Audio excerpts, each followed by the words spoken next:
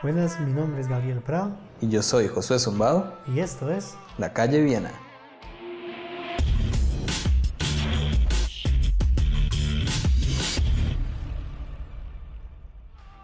Bienvenidos a La Calle Viena, un programa creado con el fin de compartir temas respecto a la política, a la economía y al mercado, desde una perspectiva de la escuela austriaca.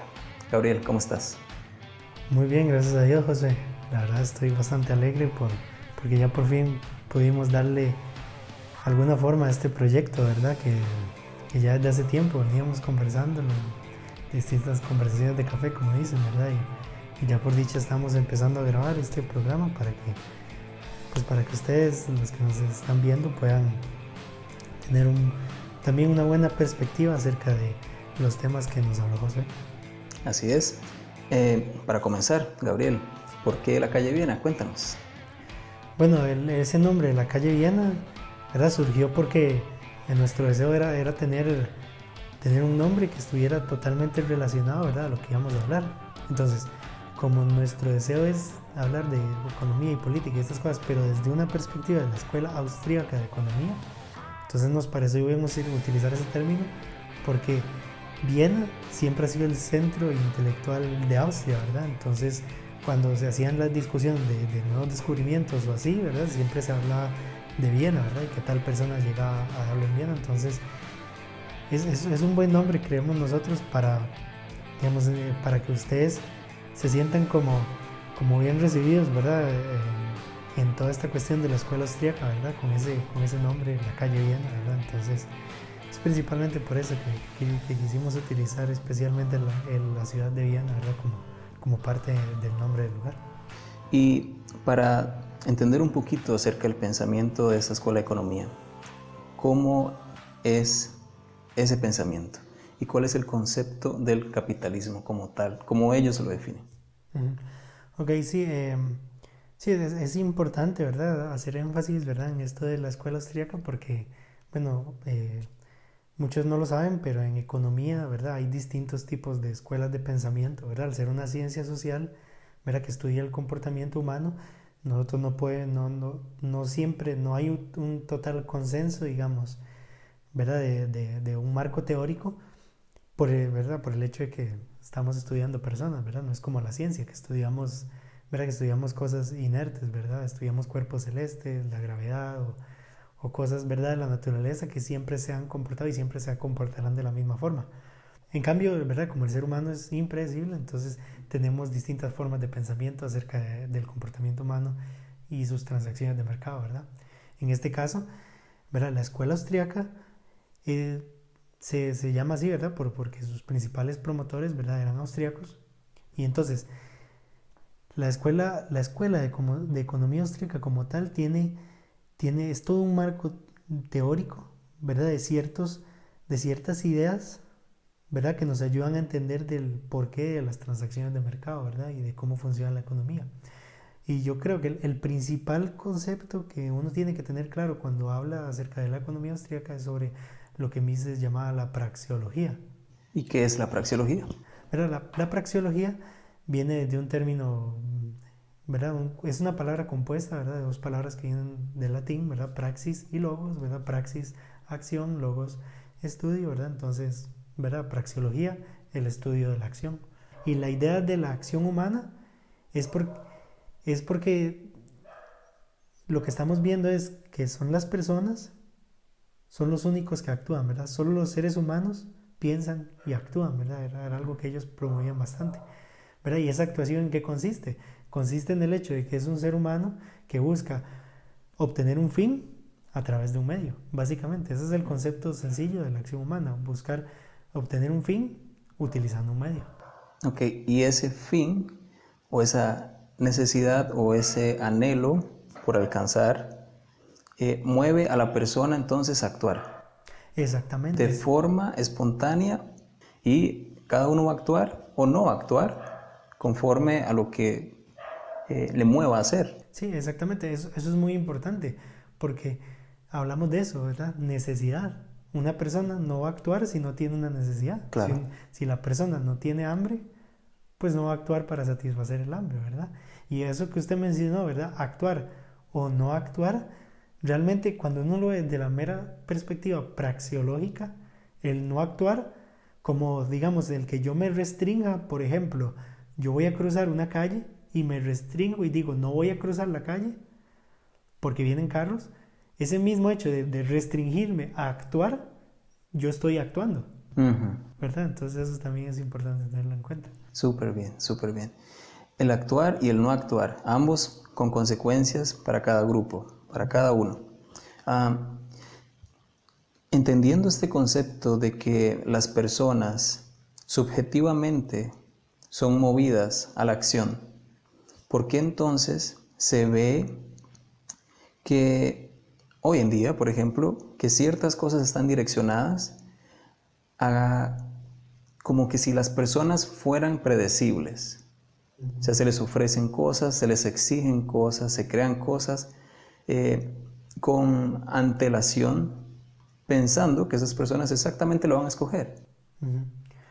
¿Cómo? Sí, O sea, ¿por qué se toma eso? Yo lo veo desde una perspectiva orgullosa. O sea, pensar de que usted va a escoger lo que yo le voy a ofrecer sin tan siquiera estudiarte, sin tan siquiera hablar contigo para saber cuáles son tus gustos y así yo crear, por ejemplo, un producto para ti, sino simplemente yo hago algo y yo digo, Gabriel va a escoger lo que yo voy a hacer y voy a proyectarme para que tú escojas eso sin saber si tú realmente lo vas a hacer. sí, sí, eso es importante porque esa es una de las principales características de la escuela austríaca. Digamos, lo que diferencia la ciencia económica, ¿verdad? De las ciencias naturales, es que en la ciencia económica es el único, ¿verdad? Es la ciencia, es la única ciencia en la cual el sujeto estudiado comparte la misma naturaleza que el científico, que aquel que lo está estudiando, ¿verdad? Entonces, la escuela austríaca utiliza bien ese principio porque entiende de que el ser humano no es alguien totalmente predecible. Pues obviamente hay comportamientos biológicos que podemos predecir hasta cierto punto, pero sus gustos y todo son totalmente subjetivos. Y entonces, cuando yo veo esto, digamos, de ciertos grupos de personas que imponen el obtener algún producto, realmente solo hay una entidad que se le viene a la mente y ese es el Estado, ¿verdad? Hay que hacer también una aclaración de que ese Estado que está en contra de esa manera científica de pensamiento es algo que no realmente puedes ver, algo que realmente tú no puedes conversar de persona a persona porque no existe. Entonces, como este ente que no se puede ver está en contra y está haciendo también una injerencia para que este sistema científico de pensamiento llevado a la práctica no se dé abiertamente. Exactamente. Sí, es que, digamos, esa es la cuestión, ¿verdad? Porque para ellos, ¿verdad? Para las personas que están en ese, ¿verdad? Comilla, comilla, estado, ¿verdad? Que en realidad al final es un grupo de personas, para ellos, cuando ellos ven al ser humano, no lo ven como lo vemos nosotros los que tenemos la perspectiva austríaca, como un ser humano, como un ser que piensa y actúa, ¿verdad? Ellos piensan que esta actuación es totalmente predecible, creen que el ser humano es como un átomo, ¿verdad? O como algo en la naturaleza que es totalmente predecible y de ahí es donde surge ese control, ¿verdad? Ellos se meten para poder regular entonces ese control. Ellos creen de que X servicio que necesitan las personas como la medicina o la educación, ¿verdad? Va a ser igual para todos. Entonces, cuando ellos hacen sus planes, ellos lo que hacen es, ¿verdad? Vamos, este es como se debería hacer y se lo vamos a imponer a los demás, porque ese es el punto, ellos lo imponen, porque al final, como recordamos, y la acción humana es sencillamente, ¿verdad? Personas queriendo satisfacer sus necesidades, ¿verdad? Buscando fines, utilizando medios, ¿verdad? Eso es totalmente subjetivo. Entonces, una persona que tenga el fin de educarse, aunque tengamos, digamos, 10 personas que desean educarse, todas van a valorar esa educación de manera subjetiva y los medios para obtener esa educación también van a tener distintas utilidades, ¿verdad? Que también son subjetivas, ¿verdad? Unos van a escoger hoy en día, ¿verdad? El internet, otros una escuela, otros tutorías, ¿verdad? Entonces, ¿verdad? Lo que ellos hacen es sencillamente no considerar en que los seres humanos son distintos, ¿verdad? Entonces, así ellos creen de que pueden utilizar algún tipo de, ¿verdad? De cálculo, ¿verdad? Matemático y algún estudio ahí psicológico y decir, ok, lo que necesitan las personas es esto y se lo imponemos. Pero realmente, si usted no lo impone, tales sistemas no se darían espontáneamente en el mercado porque usted no puede saber las necesidades de cada uno de los individuos y poder suplirlas, ¿verdad? Un solo ente suplir todas las necesidades de todos, ¿verdad? Es totalmente imposible. Claro. Y cuando en este sistema de pensamiento se forja el concepto entonces de capitalismo, ¿a qué nos referimos con capitalismo? Ok, ¿verdad? Si nosotros hablamos de capitalismo, ¿verdad? Diríamos la definición de diccionario, ¿verdad? Es que es cuando los bienes de producción están en manos privadas, ¿verdad? Pero como venimos hablando, ¿verdad? De este concepto, es de ahí donde hay esa relación, ¿verdad? Venimos hablando del concepto de la acción humana y ahora decimos que el capitalismo es cuando los bienes de producción están en manos privadas, ¿verdad? En manos privadas implica que son estas personas que actúan, ¿verdad? Buscan fines utilizando medios, son ellos los que tienen la capacidad, ¿verdad? De producir, ellos tienen los bienes de producción privadas, ¿verdad? Me pertenecen a mí, le pertenecen a esta persona, le pertenecen a este grupo de personas llamados compañía tal, ¿verdad? Ellos son los que tienen esos medios de producción, ¿no?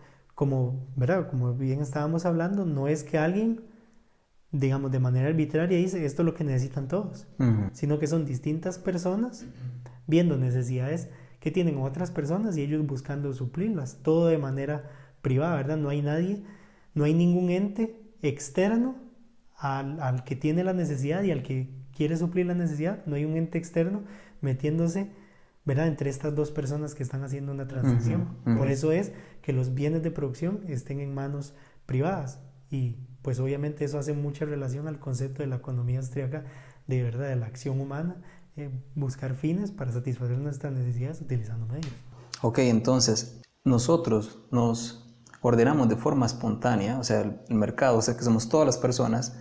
Si yo quiero cubrir tu necesidad y yo quiero que tú cubras la mía, en un sentido de producto o servicio, tú tienes que tener el bien de propiedad para producir lo que yo estoy necesitando. Sí, claro. Sí, es que ese es el punto, digamos. Es claro que, que la institución del mercado es una institución que nace de manera espontánea.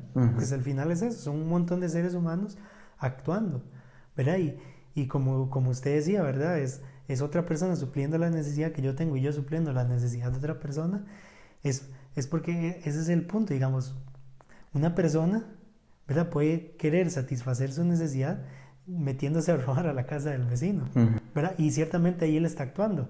Mises claramente, él hacía la aclaración de que la praxeología, el estudio de la acción humana, como tal, no hace un juicio moral, realmente porque se dedica a estudiar la acción, ¿verdad? Pero cuando lo vemos a nivel social, ¿verdad? Ya ¿verdad? En la sociedad, el mercado se da porque la mayoría de personas razonan y saben de que es contraproducente meterme a robar a la casa del vecino. Él puede estar armado o puede ser muy fuerte o puede tener animales o alguna forma de defensa.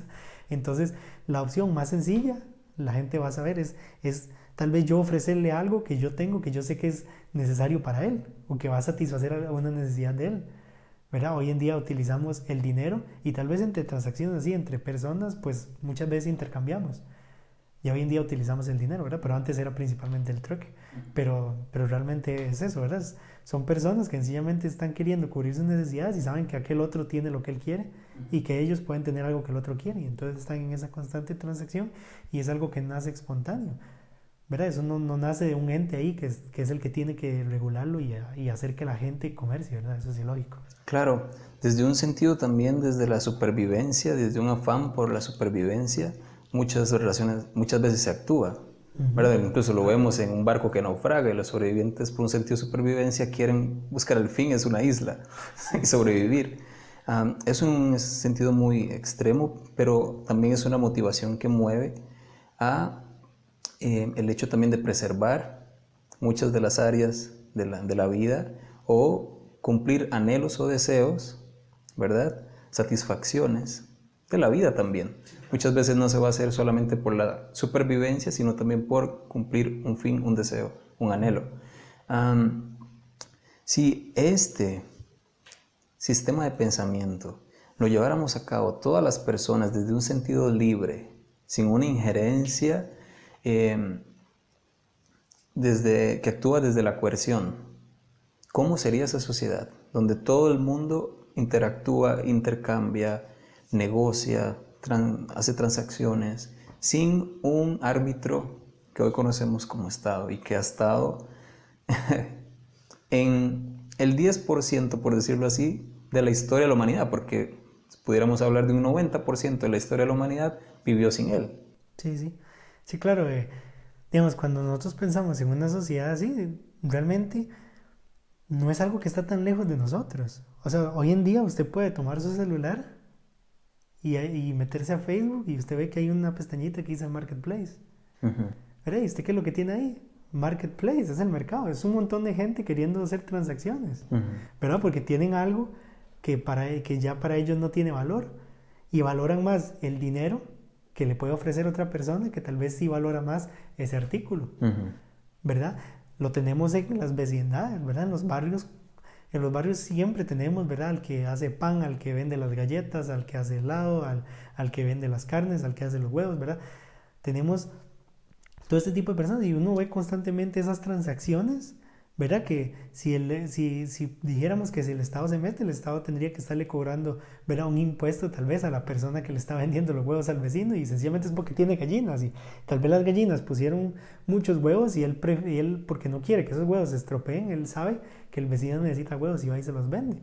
Entonces, si nosotros lo vemos así y tras de eso hacemos atrás a la historia, como usted estaba diciendo, uno puede ver que hasta en tiempos de guerra siempre ahí está ese país o ese pueblo o ese lugar en el cual lo que hay es un montón de gente haciendo, ¿verdad?, transacciones económicas y usted puede encontrar hasta gente de los bandos contrarios que se estaban peleando en ese mismo lugar haciendo transacciones entre ellos porque son esas mismas necesidades que ellos quieren satisfacer lo que los lleva ¿verdad?, a comerciar.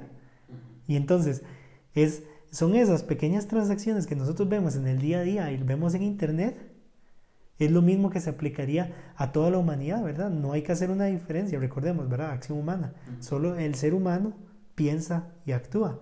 Por lo tanto, lo que es correcto entre 2 seres humanos, 3 seres humanos, 4 seres humanos, o el marketplace de Facebook, será lo mismo viéndolo a nivel de un estado, ¿verdad? O una nación, que al final son un montón de personas pensando y actuando. Desde esta perspectiva de la que hablas, entonces cae el mito de que el Estado es omnipresente.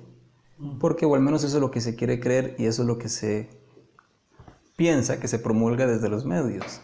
Quizás no con esos términos, pero sí dándole la idea a las personas de que el Estado es un padre, o sea, lo humanizan, que él es el protector y lo endiosan. Sí. Entonces, eso es una realidad porque se vive de esta manera casi anárquica, pero en el sentido no como lo pinta Hobbes, ¿verdad? De todo el lado de la izquierda, como pintan el anarquismo, sino como el anarquismo de libre transacción, de libre empresa, de propiedad privada, donde usted comercia libremente sin la intermediación. Entonces se vive ahorita de una manera parcial en diferentes ámbitos de la vida, pero no total. El ideal sería el total, o sea, no Estado. Exactamente. Sí, y es que ese es el punto. Hay que hacer esa acotación cuando usted habla, ¿verdad?, de ese término anarquía. Realmente es un término que, pues sí, o sea, cuando venga anarje, ¿verdad? Sin autoridad, ¿verdad? An y arge. Pero, entonces sí, ciertamente puede tener una connotación negativa y positiva. Realmente depende cómo usted lo vea. Pero, ¿verdad? Como decía el pensador Hans Hermann Hoppe, ¿verdad?, el pensador alemán, él le dice, ¿verdad?, una sociedad de ley privada. Porque realmente es que eso es lo lógico, realmente cuando uno ve lo lógico, porque alguien puede decir, ¿verdad?, hablar de distintos nichos de mercado que no, ahí tiene que hacer la intervención del Estado, pero cuando usted lo ve en la gente de a pie, la gente lo hace todo el tiempo, en la seguridad todo el tiempo. Si yo voy caminando en la calle, ¿verdad?, y voy con un amigo, voy caminando con mi madre, ¿verdad?, y alguien le va a pegar a mi madre, yo me meto y la defiendo, ¿verdad? Y si alguien me dice que yo necesito al Estado para la defensa, pues entonces yo en ese momento me tendría que quedar con las manos, ¿verdad?, cruzadas y dejar que golpeen a mi madre, pero nadie hace eso en la realidad. ¿Por qué? Porque yo sé que lo lógico actuar es defenderla. Entonces, ¿verdad? Lo mismo sucede si yo no tuviera acceso tal vez en este momento a un hospital y estoy necesitando algún tratamiento o algo así. Yo voy a buscar la medida necesaria, aunque me brinque la opinión de los expertos doctores, porque yo quiero tratar con eso, aunque lo que yo haga sea incorrecto. Pero ahí yo estoy actuando en anarquía, porque tal vez no estoy siguiendo las leyes o lo que me están impidiendo desde esa directriz del Estado. Pero siempre teniendo un conjunto de leyes y de ética en mi mente, ¿verdad? Que yo voy a cumplir. Entonces no necesariamente eso significa, ¿verdad? Que la gente va a vivir, ¿verdad? Haciendo ¿verdad? Un despelote o algo así, ¿verdad? Bueno, esa palabra despelote no creo que la entiendan todos, pero ¿verdad? Haciendo, ¿verdad? Un caos social. Sí, un caos social, porque realmente eso no sucede. ¿Verdad? Hay distintas instituciones del ser humano que lo llevan, ¿verdad? A actuar de tal manera ¿verdad? Bajo un número de regulaciones, ¿verdad? Tenemos la religión, ¿verdad? Es claro, está ahí, la religión, la filosofía, ¿verdad? Son conjunto de leyes que ningún Estado fue el que le dijo, bueno, ustedes los cristianos harán esto, ustedes los musulmanes harán esto, ustedes los judíos harán esto y los budistas harán esto, ¿no? Claro. Son instituciones organizadas por ellas mismas. Exactamente, ¿verdad? O sea, entonces, cuando uno lo piensa así, o sea, realmente todas las personas actúan bajo un cierto número de leyes y la mayoría de veces se brincan otro montón de leyes que el Estado les da. Ahora bien, la gente sabe que si usted actúa en contra del Estado, pues puede ser golpeado y nadie quiere ser golpeado, ¿verdad? Y yo creo que, ¿verdad? Yo creo que, pues, no hay que desobedecer a las autoridades a menos de que nos están haciendo hacer algo que sea inmoral, ¿verdad? Claro. Pero es cuestión ¿verdad? De tratar de pensarlo un poco y darse cuenta de que todos, ¿verdad? Actuamos hasta cierto punto de manera anárquica, viéndolo, ¿verdad? De esa manera. Por eso a mí ese término, una sociedad de ley privada, me gusta más porque es menos, ¿verdad? In your face, es menos feo para la gente. Exacto, Gabriel. Y tomando el punto de la anarquía, en algún programa más adelante tocaremos más a fondo este concepto, pero en lo cual yo también prefiero llamarlo como JOPE, una sociedad de ley privada, porque la anarquía es una mala interpretación, como lo pintan algunos autores de izquierda, por ejemplo, donde usted ve un caos social, como lo que mencionabas, pero cuando se pinta de esta manera es por un asunto de supremacía del poder, y eso solamente se ve en el Estado. Es como querer quitarle el poder al que está ahí, y entonces se ve ese caos social. Desde la perspectiva, como lo pintan los libros que no entienden realmente el concepto de una sociedad de ley privada. Entonces, obviamente, cuando se ve ese caos social en las series, películas, libros respecto a la anarquía, es porque quieren quitarle el puesto al que está arriba. Y cuando ese puesto que está arriba es ocupado por un ente social, un ente llamado Estado, van a querer derrocarlo y las personas hacen desastres sociales como lo que vemos hoy actualmente. Sí, claro, es que ese es el punto, digamos. Cuando uno dice, ¿verdad? Anarquía, otra vez recordar, arge, ¿verdad? Sin autoridad. Pero realmente es hasta qué punto es contra la autoridad que ellos están revelando. Casi siempre, cuando uno ve, es que hay una anarquía ahí.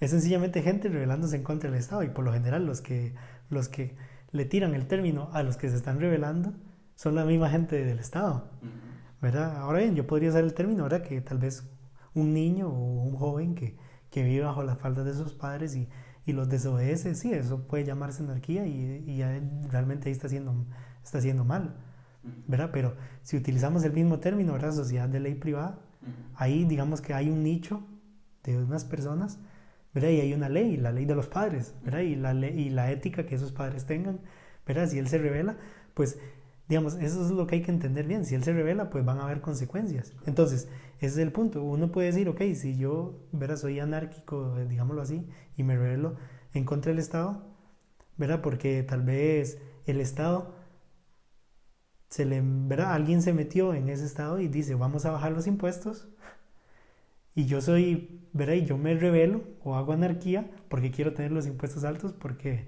¿verdad? Tengo esa ideología en mi mente. ¿Verdad? Por ejemplo, el Estado quiere imponer la esclavitud y yo me opongo a eso, estoy siendo anárquico. Entonces, el punto es ese, la gente la gente constantemente actúa así, actúa de manera anárquica, digamos, haciendo como una discriminación, como porque yo estoy siendo obediente a este grupo de reglas que son las mías. Y por lo tanto, lógicamente termino desobedeciendo las leyes que son contrarias. Entonces, en este punto que son las leyes contrarias, estoy siendo anárquico. Pero en estas leyes que son las correctas, no estoy siendo anárquico. ¿Entienden? Entonces, esa es la cuestión. Por eso, una sociedad de ley privada. Sí, suena mucho mejor. Ese es un buen término.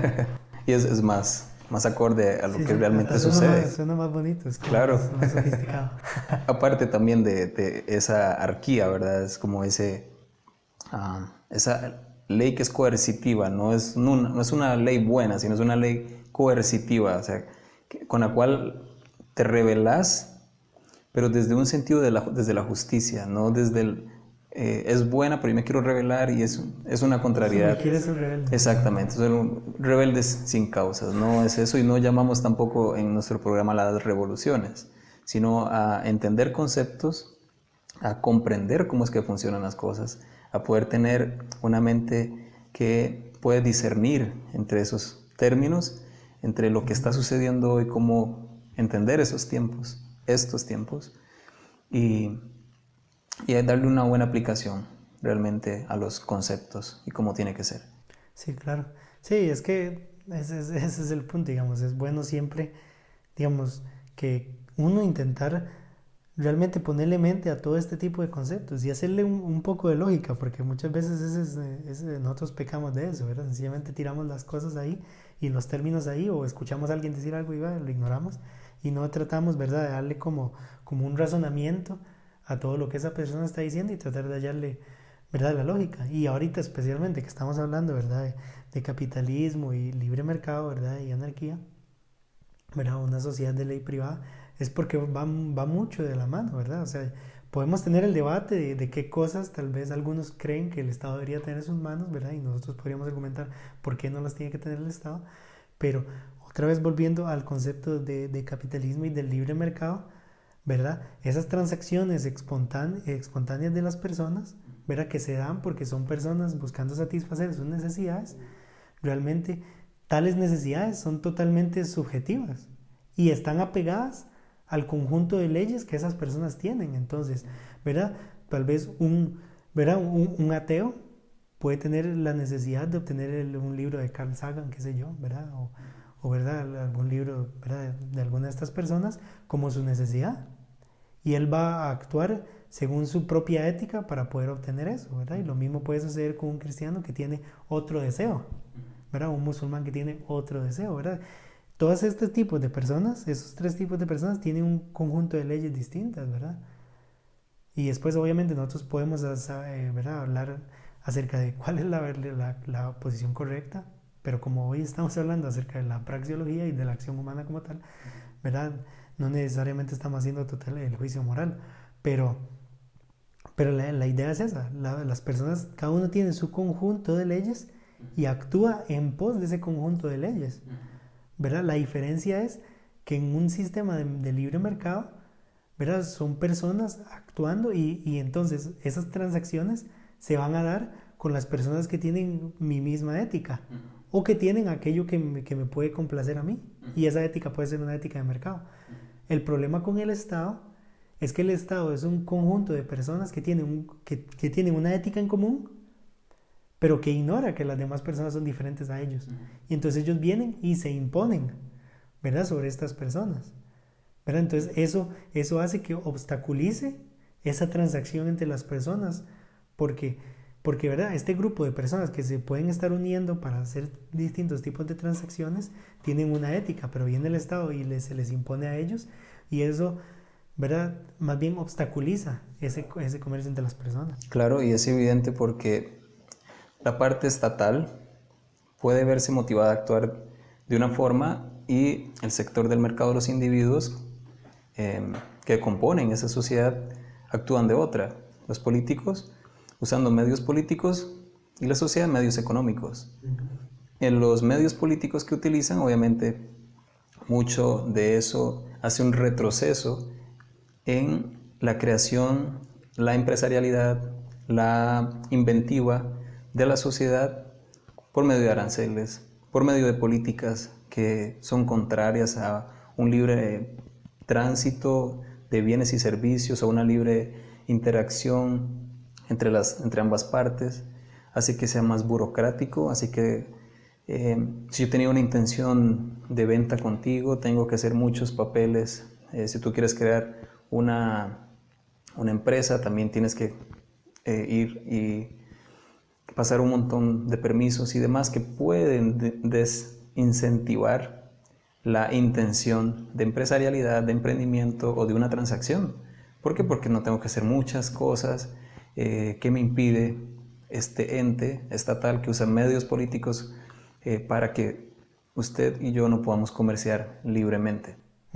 Sí, exactamente, ese es el punto, o sea, como todo ser humano, ¿verdad? Actúa cuando tiene una necesidad, él va a buscar satisfacer esa necesidad lo más rápido posible, ¿verdad? Entonces, si llega un ente externo a él y lo obstruye, ¿verdad? Obviamente esa persona pues va a empezar a tener problemas y hasta su necesidad puede cambiar, ¿verdad? Y muchas veces pueden ser cosas pequeñas, pero otras veces pueden ser, ¿verdad? Como sencillamente o querer obtener algo de comer que a él le gusta en específico, pero tal edicto dijo que tal tipo de negocios iba a cerrar, ¿verdad? Como estamos viendo hoy en día, hasta cosas más importantes como una persona que quiere hacer una inversión, ¿verdad?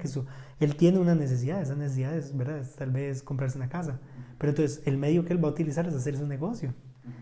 Entonces él quiere hacerse su negocio lo más rápido posible para poder obtener dinero y, ¿verdad?, querer comprarse la casa, pero si viene un ente y lo obstruye, ¿verdad?, puede que esa persona diga, no hombre, es que son tantas las cosas que tengo que hacer que la verdad ya no voy a hacer, y tal vez él tenía una muy buena idea en la cual muchas personas estaban esperando ese producto, pero por culpa de ese ente que obstruyó esa acción, ¿verdad?, no se dio.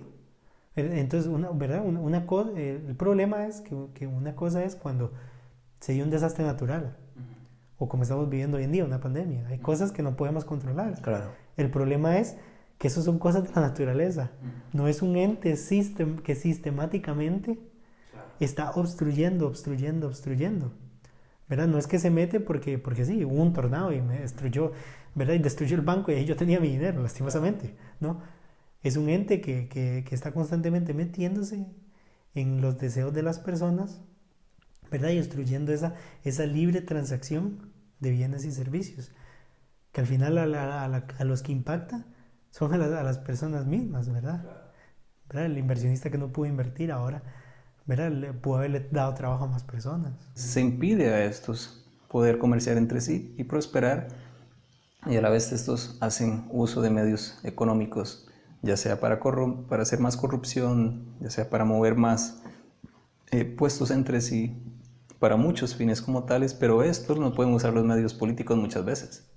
Sí, es que esa es la cuestión, digamos, estas personas de acá, ¿verdad?, el Estado tienen el monopolio de la fuerza.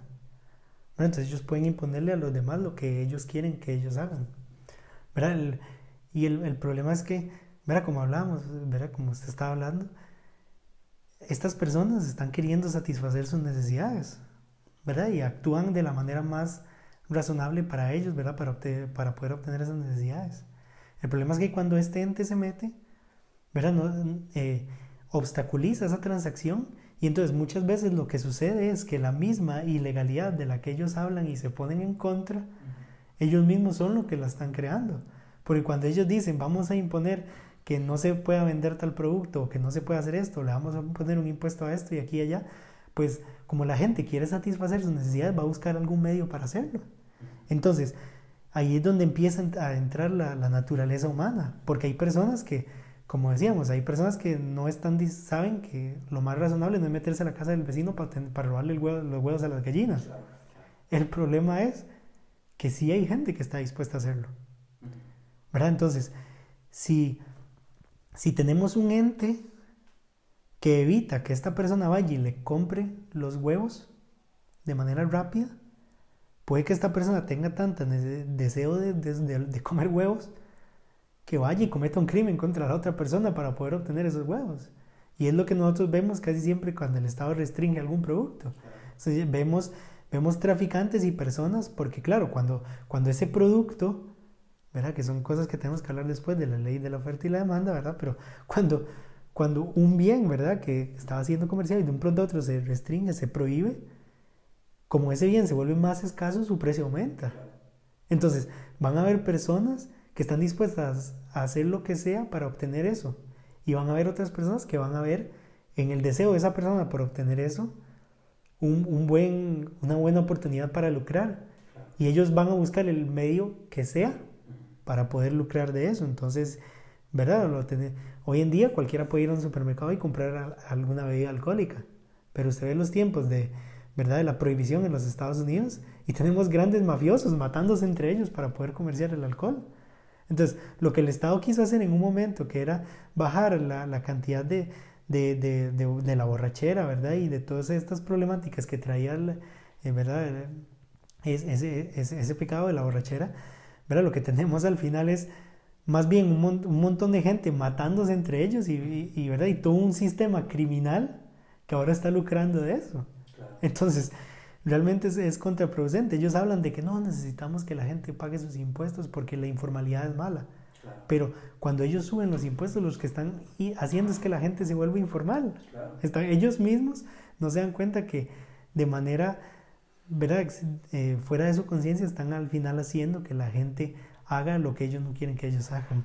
Claro, y desde este sistema de pensamiento de el libre comercio entre las personas, no necesitamos primeramente un tratado de libre comercio para hacer el libre comercio. Eso es un engaño, no es real. Es como el famoso contrato social que hacemos todos, donde no hemos firmado ningún papel. Sí, sí. Entonces, cuando el Estado, cabe hacer esta aclaración, llama informalidad a un trabajo, en sí el trabajo no es informal, porque es un trabajo. Sí, trabajo. Lo vuelven informal porque no se ajusta a las leyes autoimpuestas o que ellos más bien han impuesto, valga la redundancia, sobre ciertas áreas de las labores que si no se hacen acorde a ellos son entonces ilegales. Pero por supuesto todo esto está motivado por un sistema arancelario, impositivo, que si no se cumple con que usted le pague al gobierno, que no ha hecho nada más que atrasar toda la economía,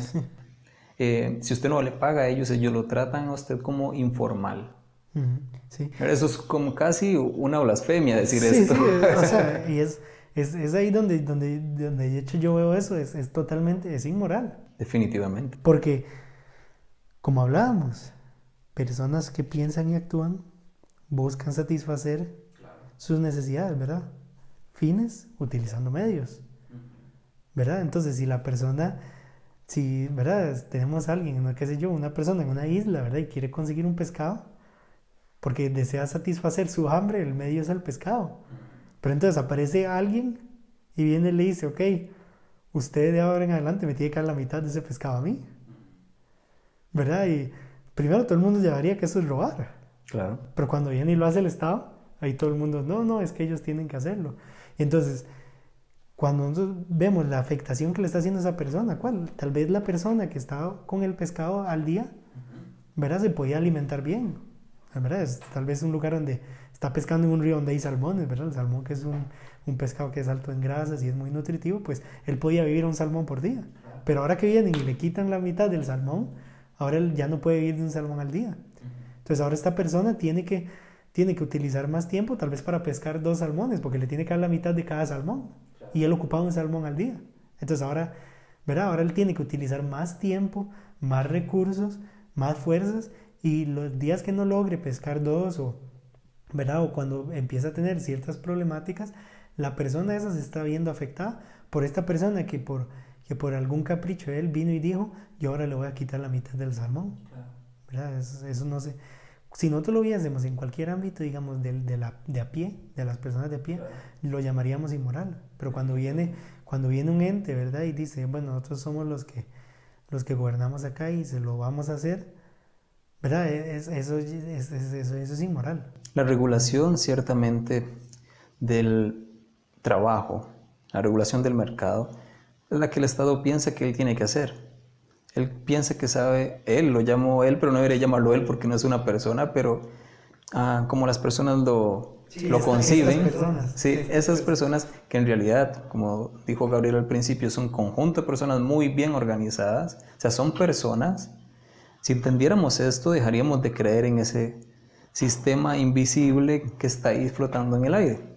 Pero es un grupo de personas. De hecho, Mises decía que solo bastaba papel, una pluma y tinta para hacer lo legal, para hacer lo ilegal, legal.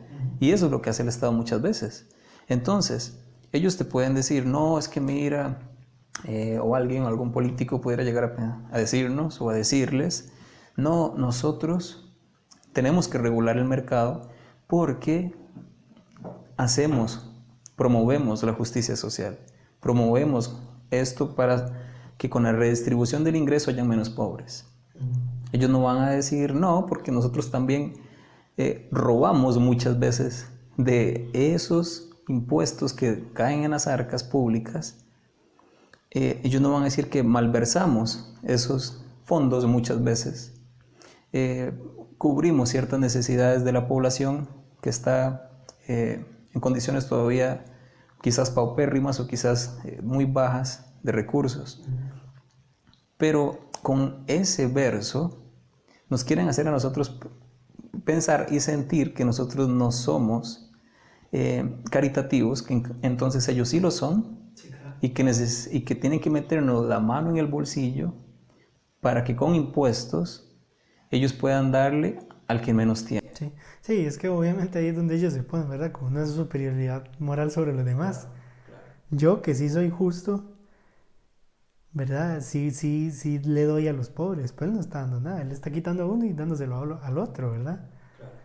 Y muchas veces, o sea, los que se ven más afectados son los mismos pobres a los que ellos dicen que quieren ayudar. Otra vez al ejemplo del tipo con el pescado, ¿verdad? Muchas veces las personas lo que tienen para comer es pan, ¿verdad? Y tal vez ese pedazo de pan que ellos tienen es lo que les da las energías para poder ser más productivos durante el día.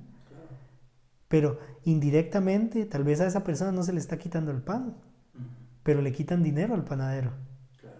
Y entonces a esa persona, cuando le quitan más dinero al panadero, el panadero le tiene que subir el precio al pan.